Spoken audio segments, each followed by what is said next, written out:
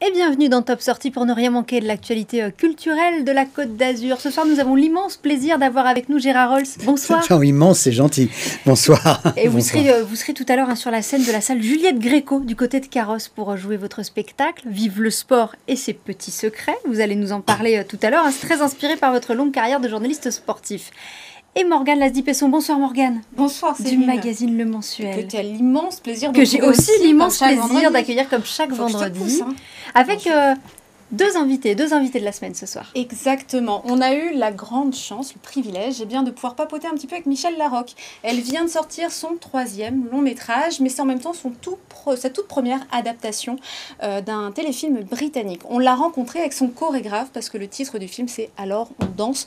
Donc il y a un petit peu tout dans le titre. Alors le chorégraphe qui est également comédien, pour le coup elle lui a créé un petit rôle dans son film, s'appelle Sofiane Chalal et il est quand même vice-président n'importe quoi, vice-champion du monde. J'ai du mal avec le sport, on va en parler tout à l'heure.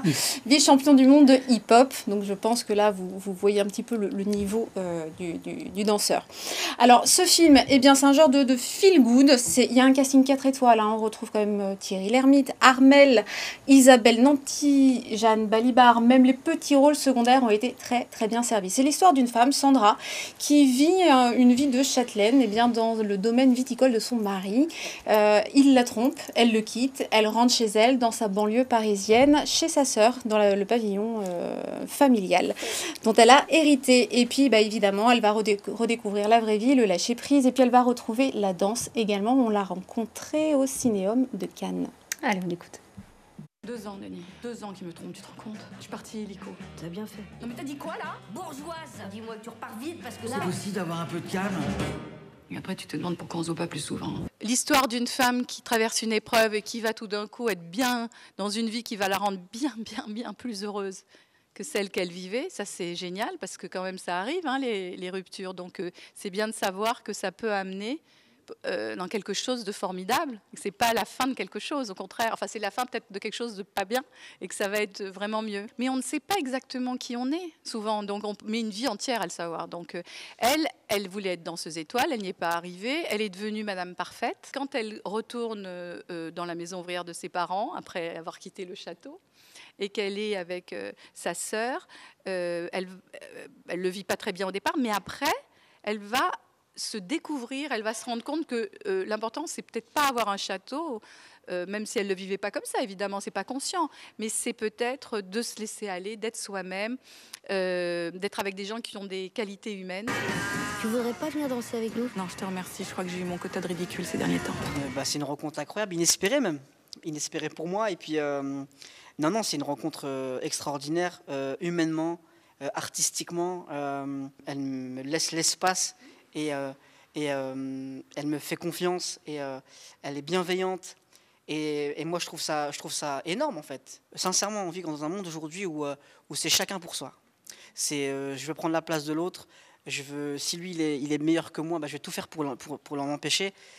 Et là c'est tout le contraire. On aurait bien pu faire le film et puis merci de tes services et au revoir. Et ça aurait été normal parce que c'est tout, c'est comme ça. Et là, non, derrière, je sens qu'elle m'aide sur plein de choses, elle me pousse sur plein de choses. Moi, je suis ultra touché, ça me fait trop plaisir. Oui, mais j'ai pas rencontré 50 personnes comme Sofiane non plus.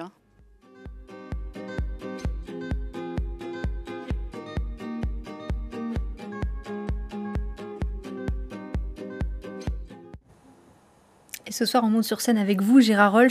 Alors, on a tous souvenir des grands événements sportifs que vous avez eu l'occasion de commenter tout au long de votre carrière. Ce sont des souvenirs, en fait, que vous faites revivre sur scène. C'est quoi qui vous a guidé en écrivant ce spectacle? Alors, c'est un grand mélange. Les rencontres, quelques rencontres exceptionnelles. Pelé, le meilleur joueur du monde, qui me fait un cadeau en me disant... Je le raconte en détail dans le spectacle, qui me dit « Viens avec moi faire le dernier tour d'honneur de mon dernier match sur le terrain ». Quand on a une idole, quand on a un dieu comme ça, comme Pelé, je sais pas, on pourrait imaginer Baryshnikov sur scène qui vous dit « Viens danser avec moi » ou Johnny qui vous dit « Viens chanter avec moi », enfin bon, ou Stromae. Ça a été un peu ça avec Pelé, par exemple. Et donc, dans le spectacle, oui, j'ai eu 2 ou 3 comme ça rencontres avec Federer, avec Nadal, avec des rencontres. Et puis ce que j'aime avant toute chose, moi d'abord, c'est raconter des choses. C'est commencer par il était une fois, et en plus les petits secrets. C'est pour ça que je tiens que dans le titre, on s'en souvienne, parce qu'à chaque fois, quand il y a une clé... La petite histoire dans la grande. La petite histoire dans la grande, voilà. Le petit truc qui dit « Ah mais oui, ah mais alors d'accord, ça s'est passé comme ça ». J'explique par exemple, dans le spectacle, il y a encore des places, hein, vous pouvez venir hein, dès ce soir à Carrosse. Il en reste encore. C'est à 20h. À Carrosse, Juliette Gréco.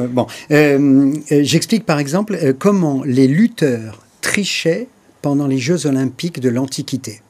Il y a un petit truc utilisé par les lutteurs. Et avec un produit qui est encore utilisé aujourd'hui, ici à Nice, qui est l'huile d'olive. Voilà, mais bon, je vous raconte pas tout, hein, parce que justement, c'est que les secrets. Mais moi, j'adore ça, quoi. J'adore quand on s'intéresse comme ça, oui, à la petite histoire. Est-ce que c'est pas ça, justement, le point commun, le grand point commun entre vos deux passions, vos trois passions, le journalisme, le sport et justement la comédie? Est-ce que c'est pas le fait de pouvoir partager avec le plus grand nombre des histoires? Céline ne me dira pas le contraire. Il y a le fait d'avoir l'information, de connaître une certaine vérité, mais il y a surtout ce plaisir, cette joie immense de pouvoir la transmettre aux autres. Morgane, vous avez trouvé le mot, partager. Et je le dis d'ailleurs souvent à la fin du spectacle en remerciant les gens qui sont venus. C'est un truc que j'ai au fond de moi depuis toujours. Et c'est un énorme défaut. Je veux que les gens aiment ce que j'aime. Et donc j'ai envie de les convaincre avec passion, avec mon énergie. Oui, partager. Lorsque j'étais journaliste et puis que je découvrais une personnalité, un des grands sportifs, un des grands champions. J'avais envie que tout le monde l'aime et tout le monde connaisse ses trucs. Donc oui, à l'antenne, j'essayais de faire ça. Et pour moi, le métier de journaliste, c'était ça. C'était vivre sur le terrain et puis partager avec les autres. Et la comédie, c'est ça. Et mettre aussi à l'honneur tous ces grands sportifs que vous avez croisés. Il y a ça aussi quand même. Oui. Il y a une forme d'hommage, non? Beaucoup plus que la polémique. Moi, la polémique ne m'a jamais intéressé. J'ai fait mon travail de journaliste. Alors, on a parlé du dopage, exactement, et souvent même plus que les autres. Les conflits, c'est parce que dans le monde du sport, il y a aussi les défauts, exactement comme dans la société. Mais en même temps, la plupart du temps, oui, pour moi, c'était mettre en valeur.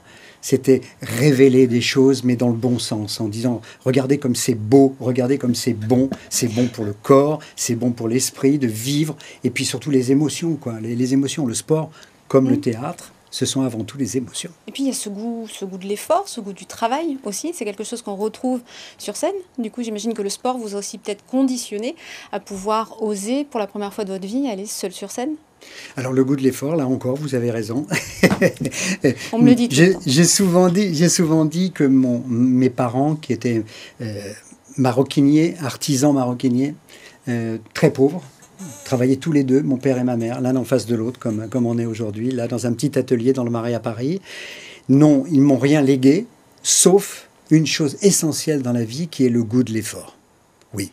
J'ai vu mon père travailler toute la semaine, y compris les samedis et les dimanches à la maison. Et c'était un exemple pour moi de se dépasser juste à fabriquer des bracelets-montres et avoir le cœur pour le faire et la passion pour le faire. Et il m'a donné le goût de l'effort. Et pour moi, c'est un truc remarquable. Le goût de l'effort, le goût du partage que l'on retrouve donc sur scène ce soir à Carrosse à 20h. Donc avec vous, Gérard Rolls, merci vraiment d'avoir été notre invité ce soir. Et longue vie à BFM TV, Azur, hein, longue vie. Merci beaucoup d'avoir été avec nous. Vraiment. Merci.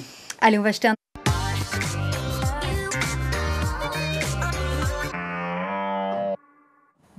Alors, après avoir brûlé des calories au sport, eh bien, je vous propose d'en récupérer au Jardin des Épicuriens. Ce sera tout ce week-end à Fayence, au Grand Jardin.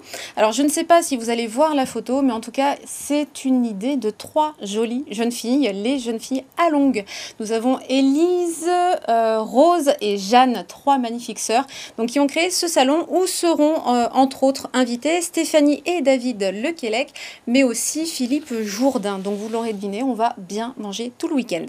Ensuite, toujours ce week-end à Draguignan, donc un tout petit peu plus loin dans le Var, eh bien, la première édition du Festival du cinéma asiatique au CGR Chabran-Draguignan. Et alors cette fois-ci, eh bien, 6 films avec 2 réalisateurs japonais. Ensuite, à Sainte-Maxime, je reste un petit peu dans le Var, au Carré, eh bien nous aurons Kéron avec son spectacle On n'éteindra pas la lumière. Alors c'est un petit peu le petit prince du stand-up. C'est vrai que moi il m'a épaté en interview, il arrive vraiment au tout dernier moment. Alors pas parce qu'il s'en fout, hein, mais juste parce que la scène, eh bien il y est hyper à l'aise. Il ne s'inquiète pas et il a bien raison. On le retrouvera donc ce samedi. Et puis pour les enfants, pas de patrouille, dimanche au Nikaya. Merci beaucoup Morgane Eh ben, de rien. à la semaine prochaine. Quant à moi, je vous donne rendez-vous lundi. Lundi, ce sera votre rendez-vous environnement et climat. On se retrouvera lundi soir pour Planète Locale.